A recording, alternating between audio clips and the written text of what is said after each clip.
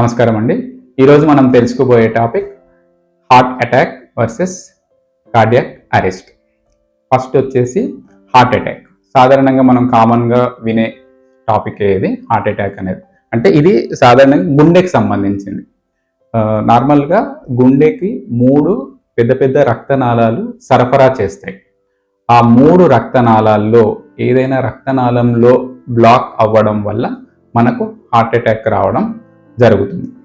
ఈ heart attack వచ్చినప్పుడు సాధారణంగా మనిషిలో కనబడే లక్షణాలు ఏంటిది అంటే ఛాతీ దగ్గర బరువుగా అనిపించడము, లేదు అంటే ఎవరో పెద్ద బరువు పెట్టినట్టు ఉండడము, అంత దమ్ము ఆయాసం రావడము, ఒళ్ళంతా చెమటలు రావడము, ఛాతీ నుంచి వీపు భాగానికి నొప్పి రావడము, లేదు అంటే లెఫ్ట్ సైడ్ భుజము లాగినట్టు అవ్వడము, దాంతోపాటు గుండె దడదడ అనిపించడము, ఇవన్నీ లక్షణాలు వచ్చే అవకాశం ఉంటుంది.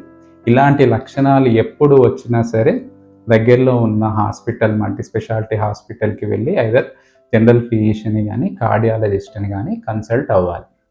వాళ్ళు అక్కడ వెళ్ళిన వెంటనే ఈసీజీ అనేది ఒక ఛాతీ పట్టి తీయడం జరుగుతుంది. ఆ ఛాతీ పట్టీలో ఏవైనా చేంజెస్ కనిపించినప్పుడు ఆ చేంజెస్ని బట్టి ఏదైనా రక్తనాళాల్లో బ్లాకేజ్ ఏమన్నా ఉండి దాన్ని ఏమన్నా సందేహం లాగా అనిపించినప్పుడు దానికి ఒక రక్త పరీక్ష చేస్తారు. ట్రాపై అనే టెస్ట్ పంపించడం జరుగుతుంది. అట్ ద సేమ్ టైం అందులో కూడా మనకు ఆ బ్లడ్కి సంబంధించిన రిపోర్ట్ వాల్యూ పెరిగినప్పుడు యాంజియోగ్రామ్ చేసి ఎక్కడైనా రక్తనాళాల్లో బ్లాక్ ఉందా లేదా ఒకసారి కన్ఫర్మ్ చేసుకొని ఎమర్జెన్సీలో ఉంటే వెంటనే ఏదైనా బ్లాక్కి సంబంధించినది స్టంట్ వేసేసి సమస్యను పరిష్కరిస్తారు. ఒకవేళ బ్లాక్ అనేది బ్లాక్స్ ఎక్కువ ఉన్నప్పుడు త్రీ బ్లాక్స్ కానీ అంటే 3 చోట్ల రక్తనాళాల్లో బ్లాక్ ఉండడం కానీ అంతకన్నా ఎక్కువ ఉండడం కానీ ఉన్నప్పుడు బైపాస్ సర్జరీ చేయడం జరుగుతున్నది. అది ఏదైనా సరే కార్డియాలజిస్ట్ యాంజియోగ్రామ్ చేసిన తర్వాత అప్పుడు ఉండే పరిస్థితిని బట్టి దానికి సంబంధించిన నిర్ణయం తీసుకోబడుతుంది. దీన్ని హార్ట్ అటాక్ అంటాం అనమాట. ఇది వచ్చినప్పుడు ఐదర్ మనకు స్టంట్స్ వేసిన తర్వాత కూడా ఫర్దర్గా మనకు బీపీకి సంబంధించి హార్ట్ రేట్కి సంబంధించి కంట్రోల్గా చూసుకోవడము, రక్తం పల్చగానే మందులు వాడడము, కొలెస్ట్రాల్ కానీ ఇవి కంట్రోల్గా ఉండే మందులు వాడడం జరుగుతుంది. ఎందుకు అంటే మనకు ఈ హార్ట్ అటాక్ రావడానికి కారణం ఏమవుతుంది అంటే మనకు గుండెకి సంబంధించిన రక్తనాళాల్లో మనము ఈ మధ్యలో తీసుకునే జంక్ ఫుడ్ కావచ్చు, ఫాస్ట్ ఫుడ్ కావచ్చు, oil different type of oils ఇవన్నీ వాడడం వల్ల ఏమవుతుంది అంటే శరీరంలో కొవ్వు అనేది పేరుకుపోతూ ఉంటుంది. అయితే ఈ మేజర్ బ్లడ్ వెజల్స్లో ఇప్పుడు గుండెకి సంబంధించిన రక్తనాళాలలో కూడా ఈ కొవ్వు అనేది పేరుకొని పోతూ ఉంటుంది. అదంతా ఒక లేయర్ బై లేయర్ ఫామ్ అయిన తర్వాత ఒక 40 years 50 years ఇట్లా పెరిగినప్పుడు ఏమవుతుంది, ఒక బీపీ అనేది స్టార్ట్ అవుతుంది. స్టార్ట్ అయినప్పుడు ఏంటి, బీపీ పెరగడంతో పాటు ఆ హై ప్రెషర్ తోటి బ్లడ్ ఫ్లో వచ్చేటప్పుడు ఈ కొవ్వుకు సంబంధించిన లేయర్ అనేది ఇంజురీ కావడం జరుగుతుంది ఆ బ్లడ్ ప్రెషర్ చేత. ఆ కారణం చేత ఈ లేయర్ అనేది పైకి లేవడం ద్వారా అక్కడ రక్తనాళానికి ఇంజురీ అయ్యి అక్కడ ఉన్న మనకు ప్లేట్లెట్స్ కానీ అవన్నీ రక్తం గడ్డగట్టడం జరుగుతుంది. ఎక్కడ ఇంజురీ అయినా సరే మనకు రక్తం అనేది జమ అవుతుంది కదా, ఇది రక్తనాళం లోపలనే రక్తం జమ అయిపోయి గడ్డగట్టిపోతుంది. ఈ రక్తం గడ్డగట్టినప్పుడే ఫర్దర్గా ముందుకు రక్తం బ్లడ్ ఫ్లో అనేది ఆగిపోయి అక్కడ రక్త సరఫరా ఆగిపోతుంది. ఇది మనకు గుండెలో జరుగుతుంది కాబట్టి ఈ 3 చెప్పినాను కదా స్టార్టింగ్లో 3 పెద్ద రక్తనాళాలు సరఫరా చేస్తుంటాయి. ఏ రక్తనాళం దగ్గర మనకైతే బ్లాకేజ్ ఉంటుందో ఆ ఫర్దర్గా రక్త సరఫరా ఆగిపోయి అక్కడ కార్డియాక్ టిష్యూ అనేది ఆక్సిజన్ అందక డ్యామేజ్ అవుతూ ఉంటుంది. కాబట్టి ఎప్పుడైనా సరే ఛాతీ నొప్పి వచ్చినది అంటే ఎమర్జెన్సీగా వెళ్ళి ఖచ్చితంగా ఛాతీ పట్టి తీయించుకొని నిర్ధారణ చేసుకొని ఏం లేదు అనుకున్న తర్వాత ఇంటికి వెళ్ళాలి. కాబట్టి ఇది హార్ట్ అటాక్ సంబంధించింది. నెక్స్ట్ వచ్చేసి కార్డియాక్ అరెస్ట్. కార్డియాక్ అరెస్ట్ అనేది గుండె సడన్గా ఆగిపోవడం. గుండె సడన్గా ఆగిపోవడానికి కారణాలు చాలా ఉంటాయి. అవి హార్ట్ రిలేటెడ్ అయి ఉండొచ్చు, అదర్ దాన్ హార్ట్ రిలేటెడ్ అయి కూడా ఉండొచ్చు. హార్ట్ రిలేటెడ్గా అంటే ఇప్పుడు ఫర్ ఎగ్జాంపుల్ ఇందాక మాట్లాడుకునేది హార్ట్ అటాక్. సడన్ గా ఇప్పుడు గుండెకి సంబంధించిన రక్తనాళాలు అనేది ఎక్కువ శాతం రక్తనాళాలు మొత్తం బ్లాక్ అయిపోయినాయి అంటే సడన్ గా గుండెకి రక్త సరఫరా ఉండదు కాబట్టి గుండె సడన్ గా ఆగిపోయే ప్రమాదం ఉంటుంది. నెక్స్ట్ వచ్చేసి అరిథమియా అంటాం.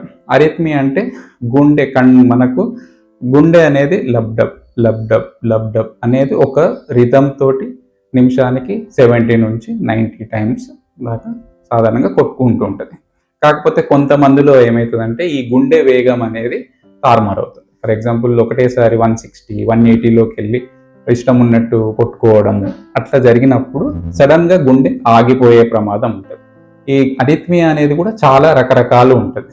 ఇది ఎప్పుడైనా గుండె దడదడ ఇలా అనిపించినప్పుడు సేమ్ ఛాతి పట్టి తీసుకొని దాని ప్రకారం గుండె రేట్ ఎంత ఉంటుంది, దాని రిథమ్ ఎలా ఉంటుంది అనేది కన్సల్ట్ అయినప్పుడు మనము జనరల్ ఫిజిషియన్ కానీ కార్డియాలజిస్ట్ కానీ ఏదైనా ఆ రిథంలో కానీ ఏదైనా ప్రాబ్లం ఉన్నది అంటే దాన్ని మెడికేషన్ ద్వారా కానీ ఏది కానీ మనకు సరిచేసే అవకాశం ఉంటుంది.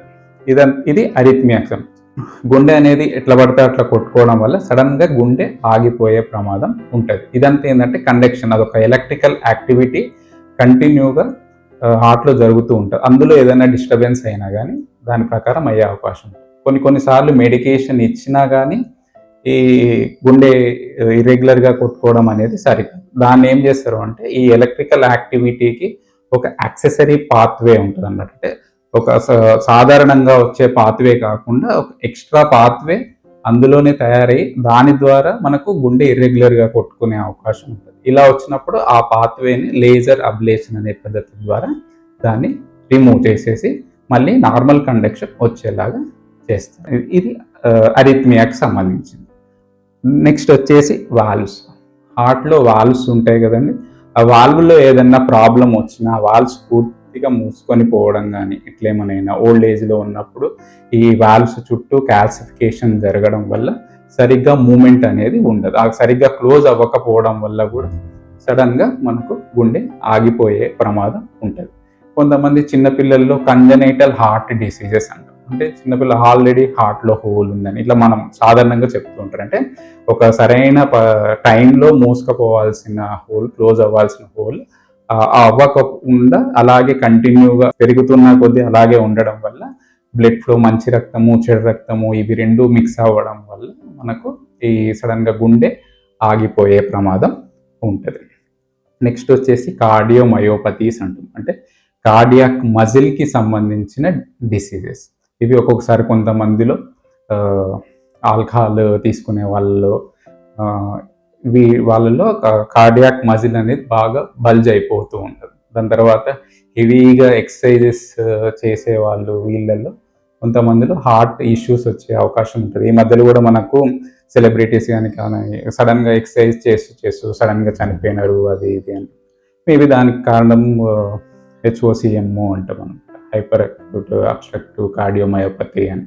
దానివల్ల ఏమవుతుందంటే హార్ట్ మజిల్ ఎక్కువ ఎక్స్టెండ్ అవ్వడం వల్ల అదే అబ్స్ట్రక్షన్ లాగా ఫామ్ అయిపోయి సడన్గా గుండె ఆగిపోయే ప్రమాదం ఉంటుంది. ఇవన్నీ ఏంటి అంటే హార్ట్ రిలేటెడ్ ఇష్యూస్ తోటి గుండె సడన్గా ఆగిపోవడం. ఇలా కాకుండా హార్ట్ ప్రాబ్లమే కాకుండా వేరే ప్రాబ్లం తోటి కూడా గుండె ఆగిపోయే ప్రమాదం ఉంటుంది. ఫర్ ఎగ్జాంపుల్ సడన్గా రోడ్ యాక్సిడెంట్ అయింది, చాలా రక్తం పోయింది. చాలా రక్తం పోయడం వల్ల ఏమవుతుంది, ఉన్న రక్తాన్ని సరిపెట్టలేక గుండె అనేది పని చేసి సడన్గా ఆగిపోతుంది.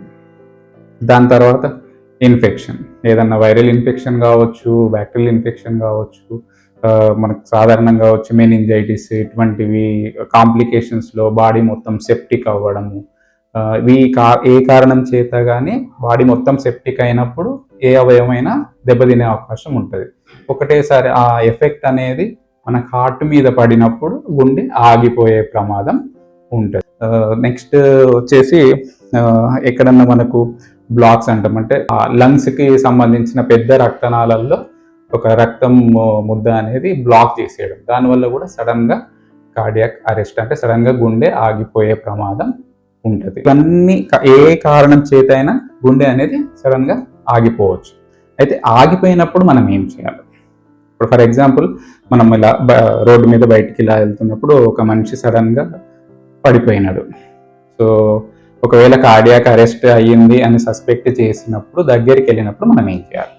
మొదటగా ఫస్ట్ మనం చేయాల్సిందల్లా శ్వాస తీసుకుంటున్నారా లేదా, చెస్ట్ మూమెంట్ ఉంటుందా లేదా, శ్వాస తీసుకుంటుందా లేదా ఫస్ట్ చెక్ చేసుకోవాలి.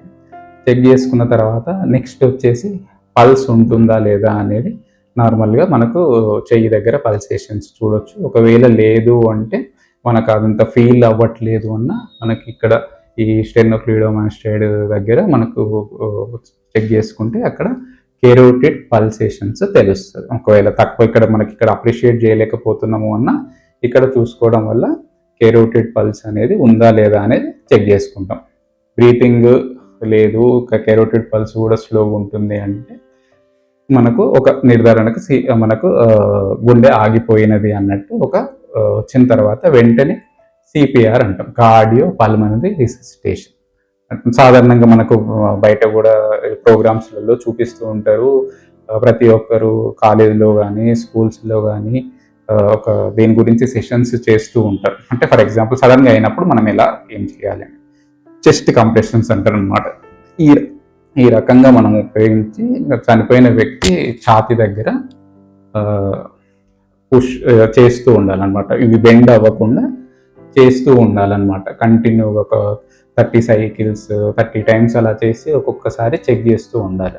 పల్స్ కానీ ఏమన్నా వస్తుందా, ఏంటిది గుండె కెరోటిడ్ పల్స్ ఇవన్నీ వస్తున్నాయి అంటే హార్ట్ అనేది ఫంక్షనింగ్ అవుతూ ఉన్నట్లు.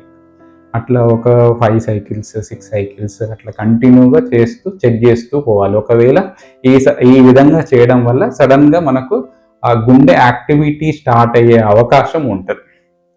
సడన్ అరెస్ట్ అయినప్పుడు ఇది మనం ట్రై చేయొచ్చు. అండ్ ప్రతి ఒక్కరికి తెలియాల్సిన విషయం. ఇలా చేయడం వల్ల మనిషి మళ్ళీ బతికే అవకాశం ఉంటుంది. ఇమీడియట్గా అప్పటిలోపు మన అంబులెన్స్ వచ్చేలోపు కూడా మనకు టైం ఉండదు కాబట్టి ఆ టైంలోపు ఇలా చేయడం వల్ల మనిషి బతికే అవకాశం ఉంటుంది. కాబట్టి ప్రతి ఒక్కరూ తెలుసుకోవాలి, ప్రతి ఒక్కరూ నేర్చుకుంటే చాలా మంచిది. ఇది heart attack versus cardiac arrest. Thank you.